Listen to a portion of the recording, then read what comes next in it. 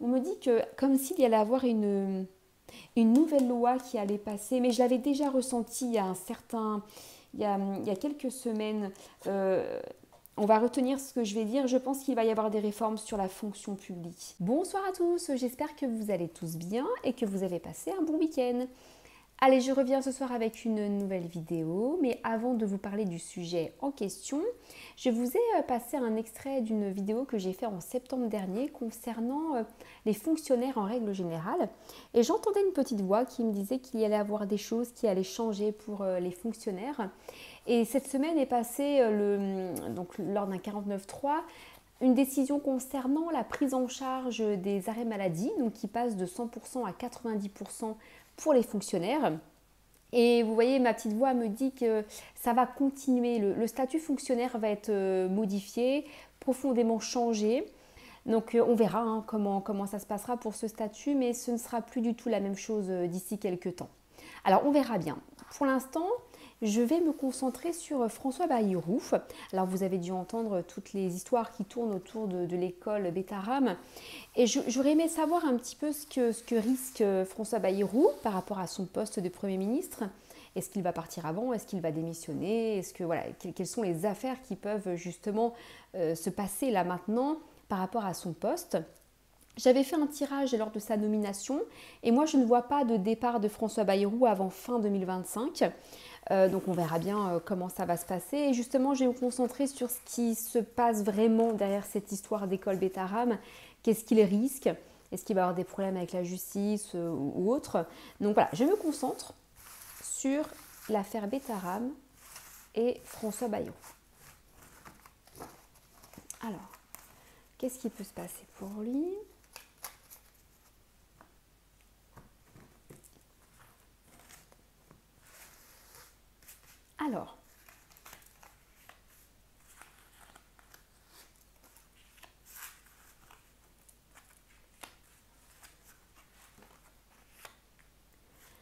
Alors, pour ceux qui me découvrent, et j'en profite pour remercier tous les abonnés, donc les anciens, les nouveaux, merci pour votre fidélité, ça m'encourage à continuer ma chaîne.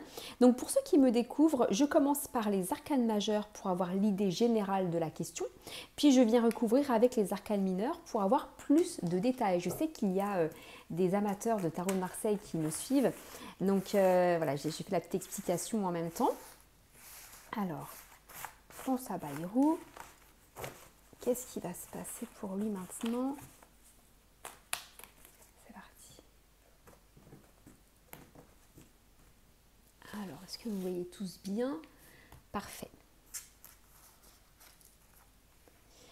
Alors, donc dans les énergies actuelles, si on pose la question donc, du côté de François Bayrou, là vous avez quelqu'un qui est dans une période de faiblesse, d'inefficacité et d'indécision. Une indécision envers un homme rusé. Alors un homme rusé, alors qu'est-ce que je vais avoir comme autre information sur une nouvelle somme d'argent? Alors j'avais fait déjà un tirage sur François Bayrou et je vous invite à le regarder si vous êtes intéressé. Et moi, j'avais vraiment vu pendant tout le long du tirage que c'était quelqu'un qui, de toute façon, allait se faire piéger. Alors, je ne dis pas que ce qui s'est passé avec l'école Bétarame est fausse. C'est pas une fausse histoire, c'est pas ça que je vous dis. Mais on lui a tendu un piège, selon moi. Et vous voyez, l'homme qui lui a tendu ce piège, il est là. C'est quelqu'un qui, normalement, paraît honnête envers lui. Et vous voyez, je pense qu'avant sa nomination, on savait qu'il allait avoir un dossier comme ça qui devait ressortir et qu'on allait choisir le moment où on allait le sortir. Et vous voyez, ça permet de mettre l'accent sur l'histoire de François Bayrou et effectivement, ça permet également de cacher d'autres histoires. Alors, je vais voir la suite, ce que ça va donner, mais selon moi, cette personne, c'est le président de la République qui a sorti cette histoire maintenant pour éviter de regarder vers lui en fait et les problèmes qui tournent autour de lui et notamment autour de Brigitte Macron. Donc on a réfléchi à sortir ce dossier et ce dossier-là, François Bayrou, il ne s'y attendait pas du tout. C'est quelque chose qu'il prend avec beaucoup de stupeur il ne s'y attendait pas. Alors, dans le négatif, qu'est-ce qui va contre lui? C'est le jugement. Donc, le jugement, là, avec cette carte, on nous parle de vérité éclatée. Ça va du côté négatif. Donc, on est sur un changement forcé, une situation conflictuelle également. Donc là, évidemment, ça crée beaucoup de choses négatives autour de lui. Alors, le conflit sur quoi?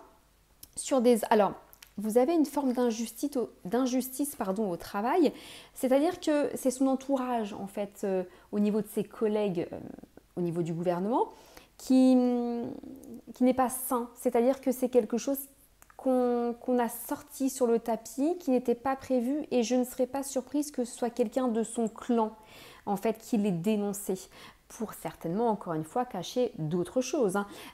Encore une fois, j'insiste, hein, je ne dis pas qu'il n'a rien fait, c'est pas ça. Mais on s'en sert pour cacher d'autres histoires.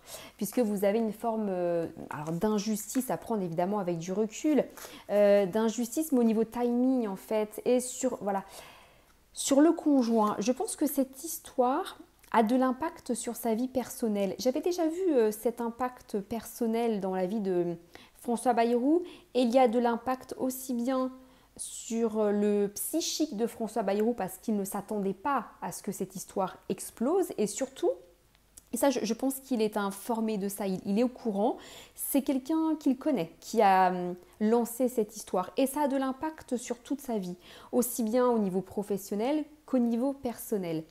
Donc sur le futur plutôt proche, on a la roue de fortune qui ressort renversée, donc c'est une surprise, un retard. Alors, surprise désagréable, retard ou blocage dans sa vie, hein, en règle générale, mais dans quel domaine exactement? Alors, sur un homme autoritaire, mais également sur la justice. Donc là, il y a certainement la justice qui va intervenir. Alors, on va voir si les choses vont être lourdes pour lui, sur des difficultés et sur l'hypocrisie. Alors, je ne sens pas de gros problèmes avec la justice, mais de toute façon... je sens ces personnes autour de lui qui vont mettre une très grosse pression, puisque lui, selon ce que je ressens, il a découvert en fait l'histoire. Il sait ce qu'il se passe et il sait que ça a été manipulé autour de lui, le fait de sortir ces histoires passées en fait. Hein. Ça a été orchestré, manipulé pour cacher d'autres choses. Et je pense que lui, il est au courant de ça et qu'il a intérêt de se taire, puisque son entourage est complètement hypocrite et également son entourage est plus fort que lui. C'est-à-dire que de toute façon, après sa nomination de Premier ministre, selon moi, on ne le reverra plus. Sa carrière est terminée. Et vous voyez, je confirme ce que je dis avec donc la tour. La tour qui est en fait une carte qui nous parle d'un effondrement, de quelque chose donc d'inattendu, de quelque chose qui s'arrête également de manière inattendue, et une forme également d'imprévu négatif et de crise en règle générale. Sur quoi? Sur une rupture violente. Moi, comme je vous disais, je ne vois pas la fin de François Bayrou avant la fin d'année. Et c'est certainement peut-être cette fin d'année où on me parle de rupture ou de... Alors là, c'est une rupture violente. Hein. C'est un départ vraiment violent. Alors, on va voir ce que le reste du tirage va me dire. Sur quoi? Sur de nouveaux objectifs. Alors, en fait, selon moi, alors ce que je ressens, moi, alors quand je dis selon moi, c'est pas moi personnellement, c'est ce que j'entends et c'est ce que les cartes veulent me dire. C'est un arrangement, c'est-à-dire qu'on a sorti ce dossier. Alors, d'après ce qu'on me dit, lui n'était pas au courant. C'est quelque chose qu'il ne souhaitait pas, il ne s'y attendait pas. Il en avait jamais entendu parler avant. Mais d'autres personnes préparaient ça, en fait, dans son dos. Et il y a comme une espèce d'arrangement, c'est-à-dire qu'on va quand même lui trouver un certain confort pour le dédommager de ce qu'il s'est passé. Mais c'est un coup de poignard hein, pour François Bayrou, ce qui se passe. Puisque, alors encore une fois, j'ouvre une parenthèse, j'insiste, je ne dis pas qu'il n'a rien fait, c'est pas ça, mais je pense qu'il y a plus grave que ça encore. Même si, je précise encore, je ne dis pas que ce n'est rien, etc., mais il y a autre chose derrière qu'on essaye de bien cacher. Et en fait, ce que je vais faire, c'est que je vais calculer la carte concluante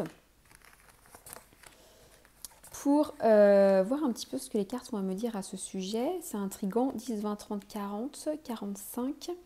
46, 47, 48, 49, 50. Donc je recompte 20, 30, 40, 45 et 50. Donc 5 plus 0, c'est le 5, c'est le pape. Donc il y a une forme de protection envers François Bayrou par rapport à cette situation, une forme de discernement et d'intuition. Donc il a compris ce qui est en train de se passer, mais évidemment qu'il ne peut rien dire parce que il a également certainement une forme de menace qui lui pend au nez, c'est-à-dire qu'il a obligation de ne pas mener d'enquête ou évidemment d'obligation de ne rien dire par rapport à une potentielle, comment dirais-je, orchestration de la situation. Sur quoi? Sur alors un duo, mais plutôt en amour.